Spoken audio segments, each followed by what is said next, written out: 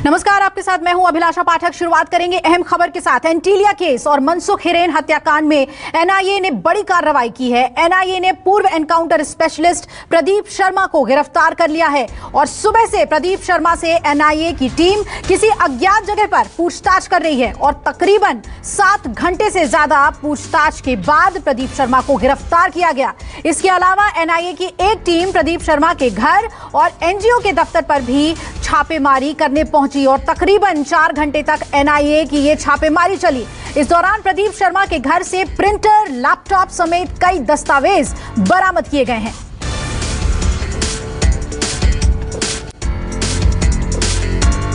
सात घंटे तक लगातार पूछताछ हुई, जिसके बाद उन्हें गिरफ्तार किया गया है। और एंटीलिया केस में क्या कनेक्शन है उनका, ये तमाम सवाल अब अहम हो गई है। एनआईए लगातार पूछताछ कर रही है। कई जगहों पर छापे भी पड़े हैं। कई दस्तावेज प्रदीप शर्मा के घर से बरामद किए गए हैं। और सीधा रुख करेंगे मुंबई का। इंद्रजीत मेरे सहयोगी जुड़ रहे हैं। इंद्रजीत, इतनी लंबी पूछताछ हुई है, क्या कुछ हाथ लगा है एनआईए के? किस तरह से प्रदीप शर्मा का कनेक्शन देखा जा रहा है हिरेन मनसुख केस और एंटीलिया केस में?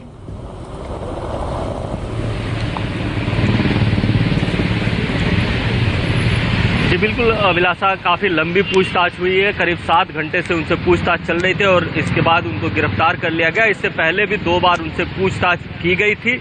उन पर जो अभी तक आरोप बताए जा रहे हैं वो ये है कि साजिश में शामिल होने का आरोप है और सबूत मिटाने का आरोप है। सबसे बड़ी बात यह है कि जब ये मनसुख हिरेन की हत्या की साजिश रची गई और जिस दिन 4 तारीख को जो मनसुख हिरेन को व्हाट्सएप कॉल आया था और जिस सिम कार्ड से वो व्हाट्सएप कॉल आया था, जिस नंबर से व्हाट्सएप कॉल आया था, वो सिम कार्ड का जो लोकेशन है वो प्रदीप शर्मा का जो घर है अंधेरी के जेबी नगर में, वहां का मिला था। तो कहीं न कहीं शक के दायरे में पहले दिन से आ गए थे प्रदीप शर्मा। इसके अलावा 2 तारीख को प्रदीप शर्मा जो मुंबई का कमिश्नर ऑफिस है वहां पर गए थे और सचिन वजह से मिले थे।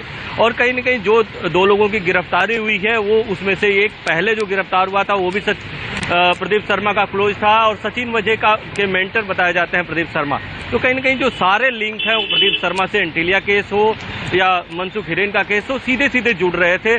बस एजेंसियां ये देख रही थी कि किस तरह से ठोस सबूत इकट्ठा किए जाए, इसलिए एजेंसी फूंक फूंक कर कदम रख रही थी। इससे पहले 2 बार उनसे पूछताछ की गई थी। इसके अलावा सचिन वजह ने भी बताया जाता है कि उनका नाम लिया था और कुछ दिन पहले, 2-4 दिन पहले 2 लोगों की और गिरफ्तारी हुई थी, उसमें से एक प्रदीप शर्मा का खबरी था। तो कहीं न कहीं वो एनआईए के राडार पर थे और इस मामले में एनआईए की नज़र में उनकी अहम भूमिका है। जी, एंटीलिया केस में उनकी संलिप्तता किस तरह से हो सकती है? क्योंकि सचिन वजह से जो पूछताछ में बातें सामने आई है, क्या वो सीधे तौर पर अब पूर्व एनकाउंटर स्पेशलिस्ट की ओर इशारा कर रहे हैं? इनका इसमें हाथ हो सकता है?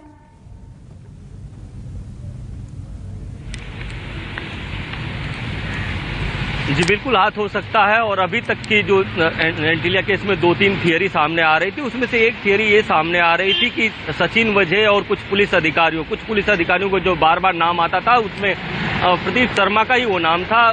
इन लोगों ने शायद एक सिक्योरिटी एजेंसी प्लान किया था। सिक्योरिटी एजेंसी को ये लोग सोच रहे थे कि मुकेश अंबानी के घर पर इस तरह का प्लांट किया जाए और वो केस ये लोग खुद सॉल्व करें और सॉल्व करेंगे, इसके बाद सचिन वजह का नाम हो जाएगा और इसके आधार पर जो देश भर में रिलायंस की सिक्योरिटी का कॉन्ट्रैक्ट ले सकेंगे। ये एक थियरी सामने आ रही थी। अभी हालांकि इसमें बहुत पुष्टि नहीं हो पाई है कि यही एक कारण था या कोई रैंसम भी मांगा गया था। बहुत सारी चीजें अभी भी एनआईए ने क्लियर नहीं किया है और एनआईए अभी इस मामले में चार्जशीट भी दाखिल नहीं की है। एनआईए ने बिल्कुल इंद्रजीत, लेकिन अहम बात यह भी है कि जो छापेमारी के दौरान लैपटॉप और प्रिंटर वगैरह जो जब्त किए गए हैं, कई फुटेजेस थे जो डिलीट किए गए थे, उन फुटेजेस का आता पता नहीं था। क्या अब इसके जरिए एनआईए उन सबूतों को जुटाने की कोशिश कर रही है?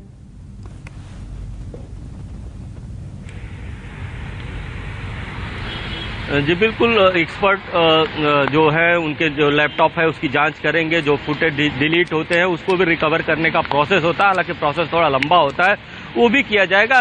जितने भी उनके खिलाफ एविडेंस है वो एनआईए इकट्ठा करने की कोशिश करेगी, क्योंकि काफ़ी लंबा वक्त लगा है। आप इतने समय बाद अगर प्रदीप शर्मा की गिरफ्तारी हुई है तो कहीं न कहीं एनआईए के पास ठोस सबूत होंगे, क्योंकि आपने देखा कि जिस तरह से इसमें राजनीतिक घटनाक्रम चल रहा था, और प्रदीप शर्मा की अगर बात करें तो इनकी हिस्ट्री भी कंट्रोवर्शियल रही है।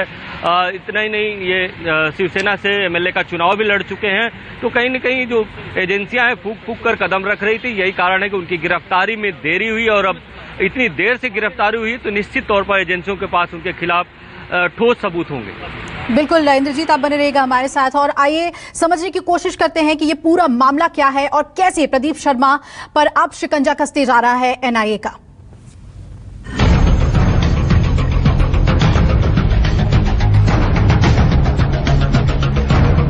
एंटीलिया केस में एनआईए का बड़ा एक्शन, पूर्व एनकाउंटर स्पेशलिस्ट पर चला हंटर।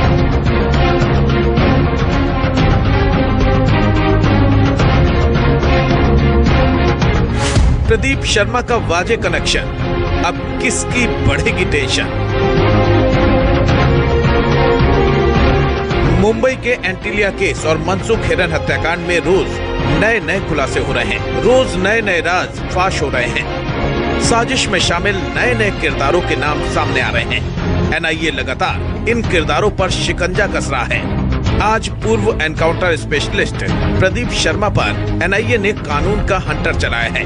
प्रदीप शर्मा के अंधेरी के जेपी नगर स्थित घर पर एनआईए की टीम ने तड़के छापेमारी की। प्रदीप शर्मा के घर के ठीक बाहर मौजूद हूं। आपको बताऊं कि इसी भगवान भवन नाम की इमारत है, इसी की 6ठी मंजिल पर जो एनआईए की टीम है वो मौजूद है और लगातार छापेमारी की जा रही है। आज तड़के एनआईए की टीम, सीआरपीएफ की टीम और पुलिस बल के साथ प्रदीप शर्मा के घर पहुंची और छापेमारी शुरू की।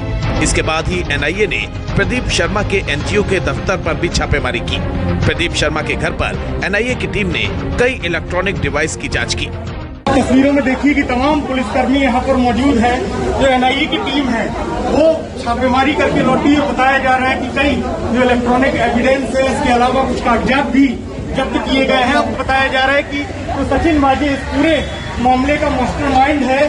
सचिन वाजे ने भी प्रदीप शर्मा का नाम लिया था। इसके अलावा जो कई और आरोपी हैं, इसमें 3 पुलिस वाले भी गिरफ्तार हो चुके हैं, उनका भी लिंक प्रदीप शर्मा के साथ सामने आ रहा था। जिसके बाद एनआईए ने छापेमारी की है और उन्हें हिरासत में लेकर भी पूछताछ की जा रही है। ऐसे में माना जा रहा है कि आने वाले दिनों में कई और बड़े और अहम खुलासे मनसुख हिरेन की हत्या मामले में, साथ ही साथ जो एंटीलिया विस्फोटक मामला था उसमें सामने आ सकता है, क्योंकि बताया जा रहा है कि एक आरोपी का जो आखिरी लोकेशन है वो भी प्रदीप शर्मा के इसी घर के पास में मिला था जहां पर वो रहते हैं। यही वजह है कि अब एक अहम मोड़ इस पूरे मामले में आ चुका है। आप देखिए तमाम पुलिसकर्मी मौजूद हैं, एनआईए के अधिकारी यहाँ पर मौजूद हैं, जो कि आप देखिए कुछ एविडेंस है, कुछ दस्तावेज है, उनको भी यहाँ से लेकर जाया जा रहा है। अब सवाल है कि आखिर प्रदीप शर्मा का एंटीलिया केस और मनसुख हिरेन हत्याकांड से क्या कनेक्शन है। सूत्रों के मुताबिक प्रदीप शर्मा पर एंटीलिया केस की साजिश में शामिल होने का आरोप है, साथ ही मनसुख हिरेन की हत्या की साजिश में भी शामिल होने का आरोप है। बताया जा रहा है कि 1 से 4 मार्च के बीच मनसुख हिरेन की हत्या की साजिश रची गई थी। सूत्रों के माने तो इस दौरान यानी 1 से 4 मार्च के बीच सचिन वाजे से प्रदीप की मुलाकात भी हुई थी। 2 मार्च को जब प्रदीप शर्मा कमिश्नर ऑफिस गए थे तो उस वक्त कमिश्नर ऑफिस में वाजे और कुछ पुलिसकर्मियों से भी मुलाकात की थी। प्रदीप शर्मा को सचिन वाजे का गुरु भी माना जाता है। 2 मार्च को ही प्रदीप शर्मा एटीएस ऑफिस भी गए थे। दरअसल 4 मार्च को मनसुख का शव कलवा मुंब्रा रेती बंदर खाड़ी में मिला था। इसी दिन यानी 4 मार्च को मनसुख को आखिरी बार एक व्हाट्सएप कॉल किया गया था। जिस नंबर से यह कॉल की गई थी उसका आखिरी लोकेशन अंधेरी के जेपी नगर इलाके का था। अंधेरी के जेपी नगर इलाके में ही प्रदीप शर्मा का घर है, जहां आज एनआईए की टीम ने छापेमारी की है। बताया जा रहा है कि प्रदीप शर्मा एनआईए के रडार पर काफी समय से चल रहे थे, लेकिन जांच एजेंसी के पास प्रदीप शर्मा के खिलाफ पुख्ता सबूत नहीं थे। अब एनआईए के पास ठोस सबूत मिले हैं। प्रदीप शर्मा से इससे पहले 2 बार एनआईए पूछताछ कर चुकी है। 11 जून को मनसुख हिरेन की हत्या मामले में संतोष सेलार और आनंद जाधव की गिरफ्तारी हुई थी। एनआईए ने संतोष सेलार और आनंद जाधव को गिरफ्तार किया। इन दोनों यानी संतोष और आनंद से पूछताछ के बाद प्रदीप शर्मा से अब पूछताछ की जा रही है। बताया जा रहा है कि मनसुख हत्या मामले में संतोष और आनंद की अहम भूमिका रही है। 2 दिन पहले ही प्रदीप के एक खबरी को भी एनआईए ने गिरफ्तार किया है। बता दें कि सचिन वाजे पर प्रदीप शर्मा 1984 बैच के अधिकारी हैं। प्रदीप शर्मा एनकाउंटर स्पेशलिस्ट के नाम से मशहूर हैं। अपने करियर में करीब 312 लोगों का एनकाउंटर किया है। 2006 में लखन भैया एनकाउंटर केस में हुई थी गिरफ्तारी। लखन भैया एनकाउंटर केस में जेल गए, सबूतों के अभाव में छूट गए। अंडरवर्ल्ड से कनेक्शन मामले में सस्पेंड भी हो चुके हैं। शिवसेना के टिकट पर विधानसभा चुनाव लड़ चुके हैं। विधानसभा चुनाव 2019 में नाला सोपारा से थे प्रत्याशी। 25 फरवरी को मुकेश अंबानी के एंटीलिया घर के बाहर विस्फोटक से भरी एक स्कॉर्पियो बरामद हुई थी, जिसमें 20 जिलेटिन की छड़ें और एक धमकी भरा नोट मिला था। बरामद स्कॉर्पियो का मालिक मनसुख हिरन था। 4 मार्च को कलवा मोमरा रेती बंदर खाड़ी में मनसुख हिरन का शव मिला था। फिलहाल पूरे मामले की जांच एनआईए कर रही है। कई लीड एनआईए को मिली है पूरे मामले में और माना जा रहा है कि अगर प्रदीप शर्मा के खिलाफ पुख्ता सबूत होते हैं तो उनकी गिरफ्तारी भी संभव है। फिलहाल एनआईए लगातार पूछताछ कर रही है। बताया जा रहा है कि आने वाले दिनों में इस मामले में कई बड़े और अहम खुलासे एनआईए करेगी। कैमरामैन सुनील के साथ संकेत पाठक, न्यूज़ 24 मुंबई। और आइए अब आपको दिखाते हैं मुंबई के पास समंदर में हुआ सबसे बड़ा रेस्क्यू ऑपरेशन, जहां एमवी मंगलम जहाज से 16 क्रू मेंबर्स का रेस्क्यू किया गया। न्यूज़ 24 की ये एक्सक्लूसिव तस्वीर आपको दिखा रहे हैं।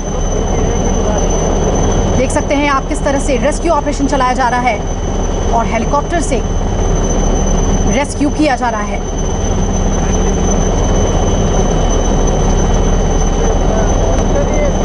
ताउते तूफान के बाद से ही लगातार मुंबई के आसपास समंदर से रेस्क्यू ऑपरेशन का सिलसिला लगातार जारी रहा और मंगलम जहाज से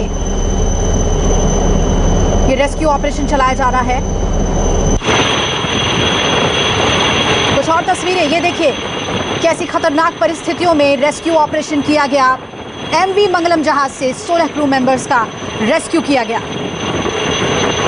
इंद्रजीत मेरे सहयोगी जुड़ रहे हैं। इंद्रजीत, तस्वीरें हम दिखा रहे हैं, बेहद खतरनाक रेस्क्यू था ये।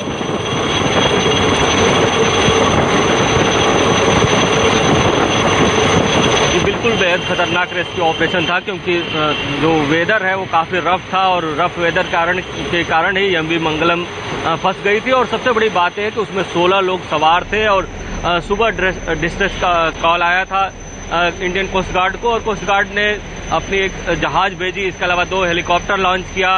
कोस्ट गार्ड को काफ़ी दिक्कतें भी आ रही थी, क्योंकि वेदर ठीक नहीं था, मौसम ठीक नहीं था, इसके कारण कोस्ट गार्ड को काफ़ी दिक्कतें आ रही थी। लेकिन राहत की बात यह है कि सभी 16 लोगों को सुरक्षित निकाल लिया गया और सभी 16 लोग अभी ठीक है। और सबसे बड़ी बात यही है कि सभी को सुरक्षित निकाल लिया गया। हालांकि जो एमवी मंगलम है उसको अभी किनारे नहीं लाया जा सका है, लेकिन राहत की बात है कि कोई जीवित हानि नहीं हुई है और सभी लोगों को बचा लिया गया है। जी बिल्कुल, और लगातार इस तरह की तस्वीरें ताउते तूफान के बाद से ही रेस्क्यू की देखने को मिल रही है। क्या अभी भी अलर्ट पर जो कोस्ट गार्ड्स हैं वो हैं इंद्रजीत, क्या लगातार नजर बनाए हुए हैं समुद्र में जितनी भी हलचल हो रही है उस पर?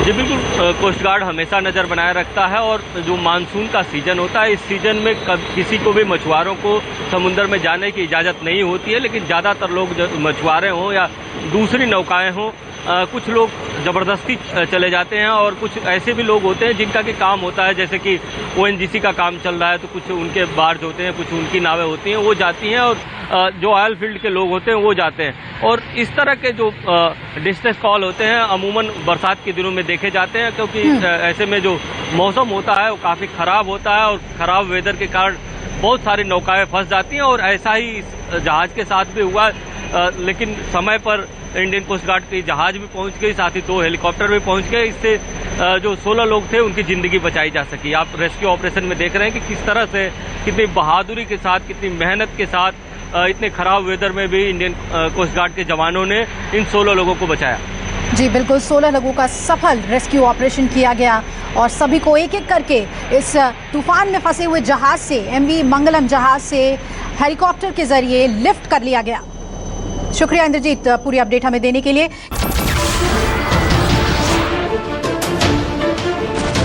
नमस्कार, मैं हूं मानक गुप्ता। अगर आपको हमारा ये वीडियो पसंद आया हो तो इसे लाइक और शेयर जरूर करें और हाँ, हमें सब्सक्राइब और फॉलो करना ना भूलें ताकि आप देश और दुनिया की कोई खबर मिस ना करें। तो जुड़े रहिए हमारे साथ और देखते रहिए न्यूज़ 24।